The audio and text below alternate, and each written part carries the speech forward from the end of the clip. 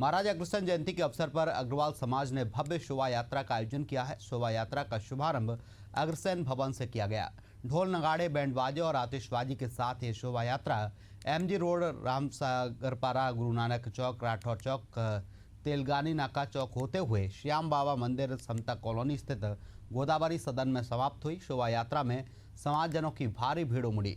जगह जगह लोगों ने शोभा यात्रा का पुष्प वर्षा कर स्वागत किया। शोभा यात्रा में आकर्षक झांकियों ने लोगों का ध्यान खींचा। इनमें ऑपरेशन सिंदूर, छत्तीसगढ़ के रजत जयंती वर्ष की झांकी और भगवान अग्रसेन की भव्य झांकी विशेष आकर्षण का केंद्र रही।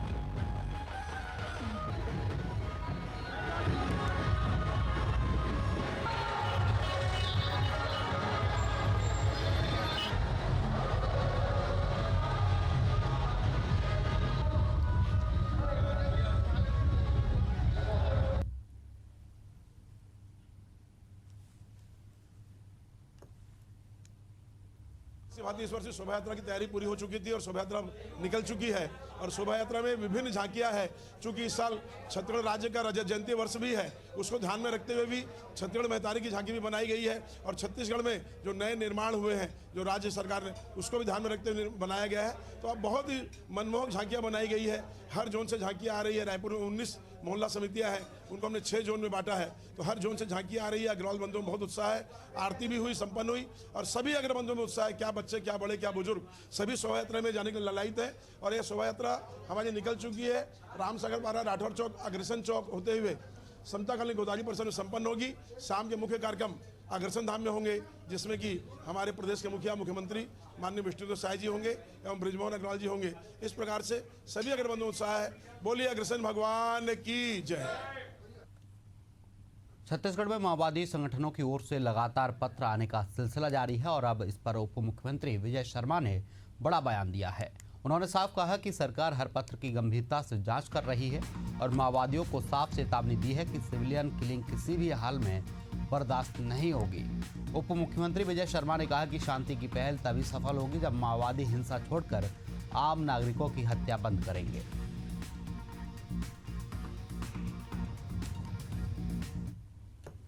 जो पहला पत्र आया था जिसमें अभय नाम के माओवादियों के प्रवक्ता ने लिखा था, उस पत्र को उन्होंने लिखा था, ये ठीक है। उसके बाद एक और पत्र आया जिसको उन्होंने व्यक्तिगत तौर पर बनाया, लिखा था, वह भी एक पत्र है। उसके बाद एक और पत्र आया है, अभी एक वॉइस आया, वॉइस के बाद एक और पत्र आया है जिसको SZC जो तेलंगाना के हैं तो उन्होंने लिखा है। इनके बीच में अपने कॉन्फ्लिक्ट है, कोई भी बात है, लेकिन इसमें से कोई भी विषय हो, उन्होंने लिखा है तो हमने ये कहा है कि आप सिविलियंस किलिंग बंद करें। आपकी इन बातों पर विश्वास करना है।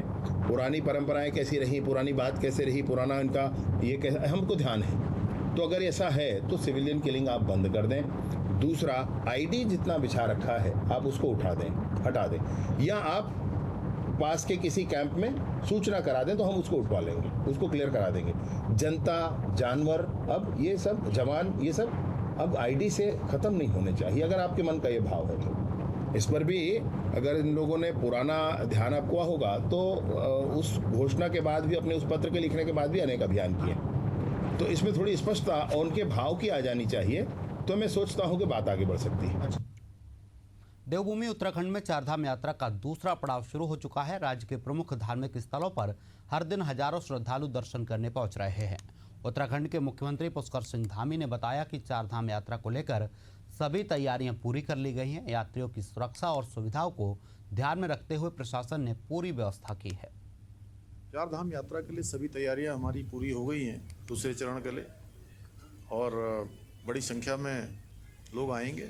सभी प्रकार से हम उनकी यात्रा अच्छी हो, सरल हो, उसको सुनिश्चित करेंगे। देहरादून में लगातार अवैध अतिक्रमण और निर्माण पर मसूरी देहरादून विकास प्राधिकरण की कार्रवाई जारी है। प्राधिकरण के उपाध्यक्ष ने स्पष्ट किया है, चाहे सरकारी जमीन पर व्यवसायिक निर्माण हो या आवासीय, किसी को भी बख्शा नहीं जाएगा। उन्होंने कहा कि अवैध निर्माण के खिलाफ सख्त कदम उठाए गए हैं ताकि लोगों को यह संदेश मिले कि अवैध काम की बजाय ऑनलाइन मैप अप्रूवल सिस्टम के जरिए नक्शे स्वीकृत करवाएं।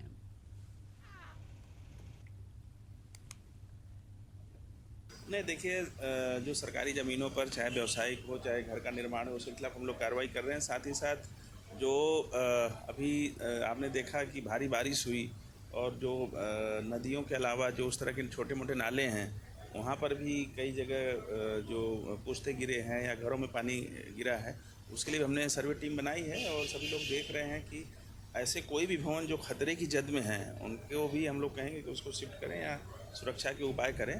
तो उसके लिए भी हमने टीम बनाई है। साथ ही साथ जो अवैध प्लाटिंग है, अवैध प्लाटिंग का भी लगातार हमारा अभियान चल रहा है। ऋषिकेश में भी हमने अवैध निर्माण के खिलाफ वो कार्रवाई की है ताकि लोगों को पता चले कि अवैध काम की बजाय हमारा ऑनलाइन मैप अप्रूवल सिस्टम है, उसके माध्यम से आएँ, बहुत ईजिली मैप अप्रूव हो रहे हैं। तो अवैध काम करने के बजाय अवैध काम को बढ़ावा दें।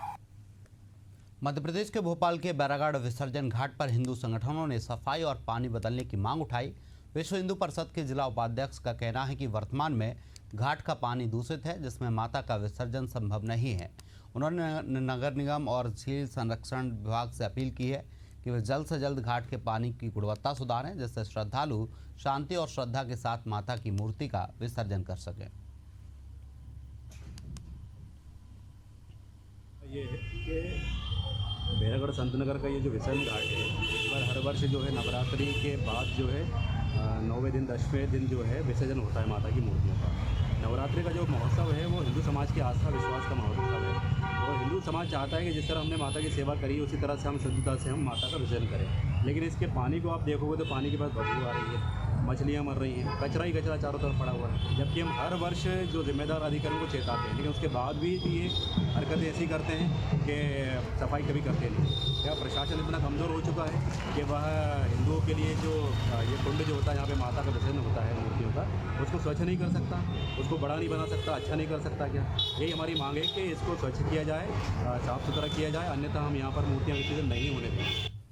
हरदा कलेक्टर के नवाचार मिशन कोड शक्ति कार्यक्रम की शुरुआत हो गई है। इस पहल के तहत जिले के शासकीय विद्यालयों के कक्षा 9वीं से 12वीं तक के छात्रों को निःशुल्क कोडिंग प्रशिक्षण दिया जाएगा। ITI दिल्ली के पूर्व छात्रों के सहयोग से शुरू किए गए इस कार्यक्रम में लगभग 120 घंटे का प्रशिक्षण रहेगा, जिसमें छोटे छोटे वीडियो अभ्यास और प्रैक्टिकल असाइनमेंट के रूप में उपलब्ध होंगी। यह कोर्स मोबाइल पर ही आसानी से किया जा सकेगा। तकनीकी ज्ञान न रखने वाले विद्यार्थी भी इसे समझ पाएंगे।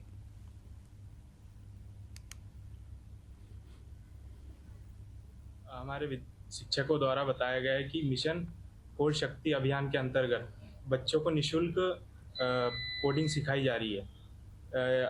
आने वाले AI ज़माने के जैसा कि आने वाला AI है ज़माना, उसमें सभी को ये कोडिंग सीखना बहुत ज़रूरी है। आजकल हर क्षेत्र में कंपटीशन बहुत ज़्यादा बढ़ गया है। मैं इस योजना के बारे में बताना चाहूँगी। यह योजना हमारे कलेक्टर महोदय द्वारा जारी की गई है। इस योजना में हम निःशुल्क सीख सकते हैं, हमें आगे चलकर रोजगार प्राप्त मिल सकता है।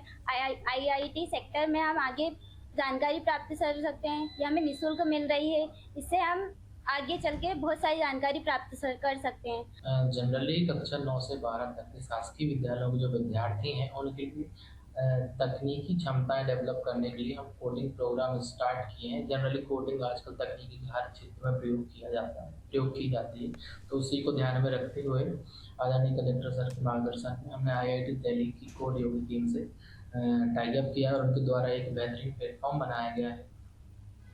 मध्य प्रदेश के पवई से खबर है, जहाँ पर CWSL शिविर का आयोजन किया गया है, जिसमें विकासखंड के सभी विद्यालयों से आए हुए दिव्यांग बच्चों का जबलपुर से आई टीम पवई में पदस्थ चिकित्सक डॉक्टर ओम हरि शर्मा और डॉक्टर PK नायक ने जांच की और प्रमाण पत्र बनाकर उन्हें दिव्यांग चिन्हांकन किया गया। शिविर में बच्चों और अधिकारियों कर्मचारियों के लिए स्वल्पाहार की व्यवस्था भी की गई।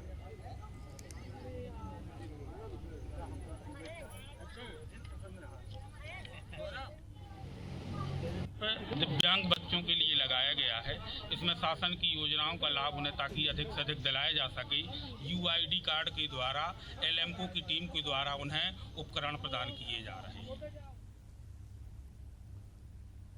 मध्य प्रदेश के दमोह के खबरिया गांव में छोटे भाई ने बड़े भाई को गोली मारकर मौत के घाट उतार दिया, जिसका लाइव वीडियो भी सामने आया है। बताया जा रहा है कि जमीनी विवाद के चलते दोनों भाइयों के बीच विवाद हुआ था। इसी बीच छोटे भाई ने बड़े भाई पर फायर कर दिया। सूचना मिलने के बाद पुलिस टीम मौके पर पहुंची और कार्रवाई करते हुए आरोपी को गिरफ्तार कर लिया।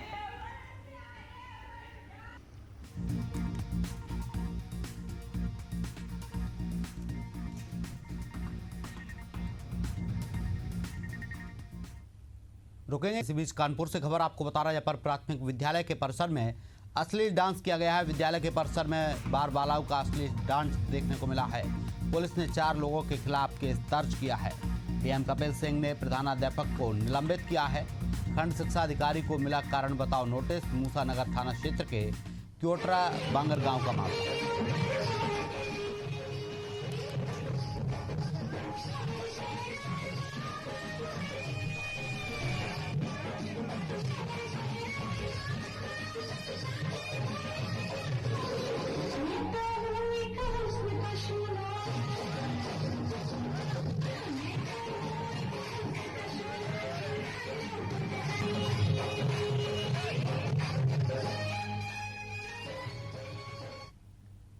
यूपी के सोनभद्र जिले से एक दिल दहला देने वाला मामला सामने आया है, जहां एक विवाहिता ने संदिग्ध परिस्थितियों में फांसी लगाकर आत्महत्या कर ली है। घटना से पूरे क्षेत्र में सनसनी फैल गई है।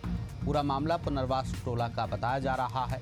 मृतका के पिता ने हत्या का आरोप लगाया है। फिलहाल पुलिस को पोस्टमार्टम रिपोर्ट का इंतजार है, जिसके बाद ही आगे की कार्रवाई की जाएगी।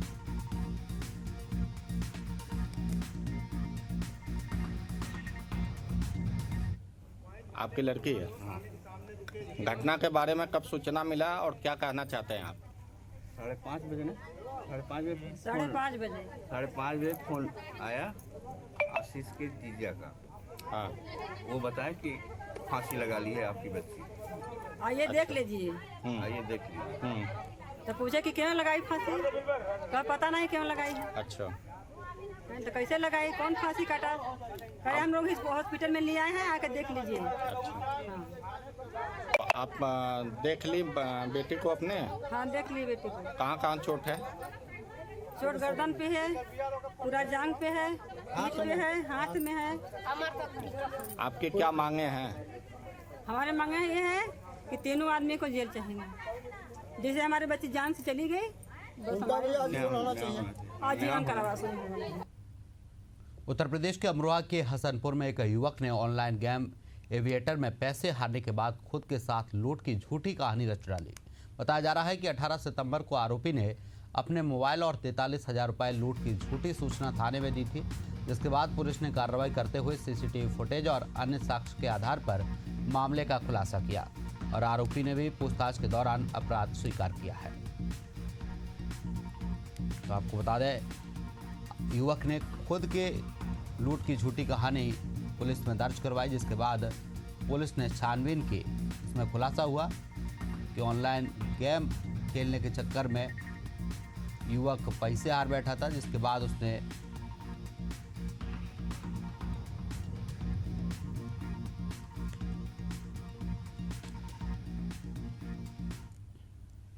फरुखाबाद के खटकपुरा स्थित दिखी में जिला प्रशासन ने सट्टा माफिया हसनैन की 2 करोड़ 40 लाख रुपए की संपत्ति कुर्क की है। जिला अधिकारी के आदेश पर यह कार्रवाई गैंगस्टर एक्ट के तहत की गई है। तहसीलदार सनी कन्नौजिया और पुलिस अधिकारियों की मौजूदगी में डुगडुगी बजवाकर कार्रवाई की गई है। अब तक हसनैन की 12 संपत्तियां कुर्क हो चुकी हैं, जिनकी कुल कीमत 23.68 करोड़ रुपए है।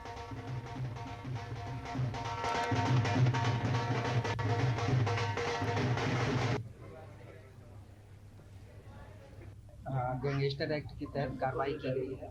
डीएम साहब के आदेश 15/9/2025 के क्रम में सट्टा माफिया हसनैन पुत्र जुम्मन निवासी खटकपुरा सिद्दीकी के पुत्र और पुत्रवधू के नाम ये संपत्ति इसे कुर्क किया गया। कितनी संपत्ति को? अभी तक टोटल हसनैन की 12 संपत्तियाँ। आज कितनी? आज केवल इसकी बाजारू कीमत कितनी है? इसकी बाजारू कीमत 2 करोड़ 40 लाख।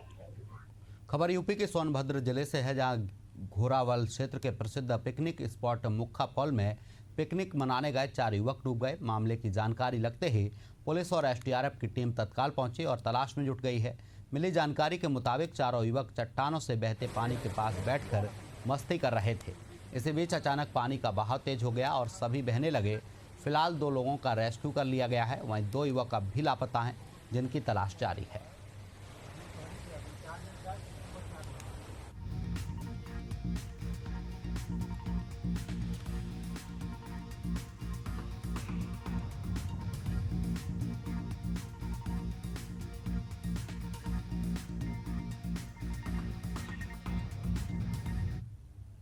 अंबिकापुर के सरगा खिजूरपारा गांव में सोमवार सुबह करीब 4 बजे एक जंगली हाथी गड्ढे में गिर गया। हाथी गांव के किसान के घर के पास से गुजरते समय फिसलन भरे सकरे रास्ते पर चलते हुए पास के पुराने गड्ढे में जा गिरा। आवाज सुनकर ग्रामीण मौके पर पहुंचे और तुरंत वन विभाग को सूचना दी। टीम ने मौके पर पहुंचकर रेस्क्यू ऑपरेशन चलाया और हाथी को सुरक्षित बाहर निकाला है।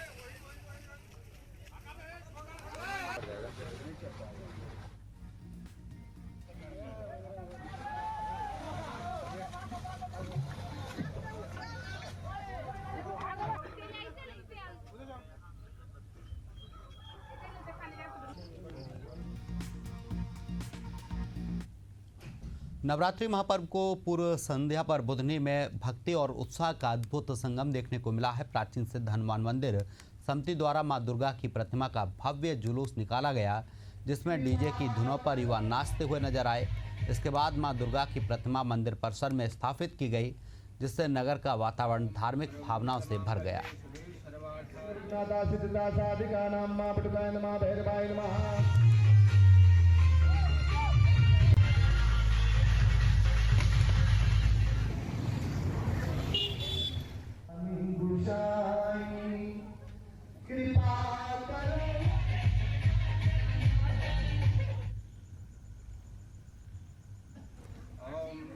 तो बुधनी से एक खबर आपको बता रहा है, यहाँ पर नगर में नवरात्रि की भव्य शुरुआत की गई है। सिद्ध हनुमान मंदिर समिति ने भव्य जुलूस निकाला है। बुधनी नगर में नवरात्रि की भव्य शुरुआत हुई है। आज से बुधनी में लगभग 30 से 35 मूर्तियों की स्थापना पूरे नगर में हो रही है और ये नगर में स्थापना का जो शाम रात तक ये चलता रहेगा। उसी सभी सदस्यों को मेरा निवेदन है, आशीर्वाद है कि माता जी की इस 9 दिन की 10 दिन की सेवा तन मन धन से करें और उन्हें भगवान माता जी का आशीर्वाद सदैव प्राप्त रहेगा। उनका घर धन धान परिपूर्ण रहेगा।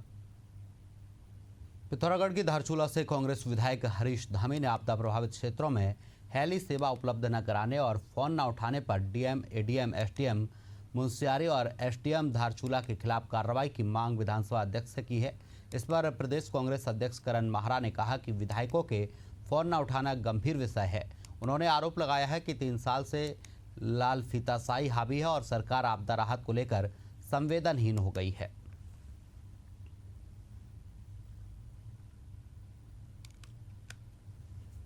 लेकिन इतना जरूर आपके माध्यम से कहना चाहता हूँ कि जब विधायकगण जो जनता के चुने हुए प्रतिनिधि हैं, अगर वो किसी अधिकारी को फ़ोन करते तो निश्चित ही वो किसी न किसी की सहायता के लिए फ़ोन कर रहे हो, खासकर आपदा के समय में। ऐसे में फ़ोन नहीं उठाए जाने को गंभीरता से लेना चाहिए।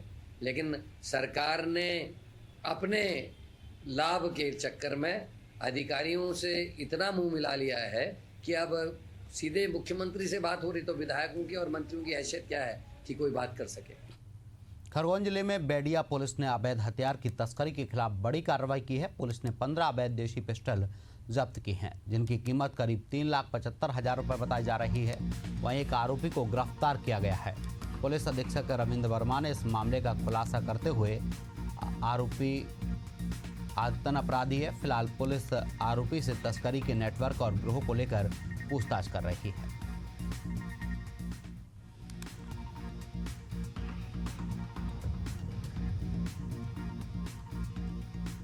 कि एक व्यक्ति जो कि बाहर का है वो आया हुआ है और एक अन्य व्यक्ति ने उसको अवैध पिस्टल ला कर दी है, जो कि बाहर जाने की तैयारी कर रहा है। उसी पर से वरिष्ठ अधिकारी को अवगत कराते हुए एक पुलिस टीम का गठन किया गया। उस पुलिस टीम ने जब उसको पकड़ने का प्रयास किया तो वहाँ से भागने का उसने प्रयास किया। उसको घेराबंदी करके पकड़ा गया और उसके पास से एक बैग में 15 देसी पिस्टल बरामद की गई, जो कि ये राजगढ़ का रहने वाला है। इसके पूर्व में भी 25 से काम सेट के 3 अपराध हैं।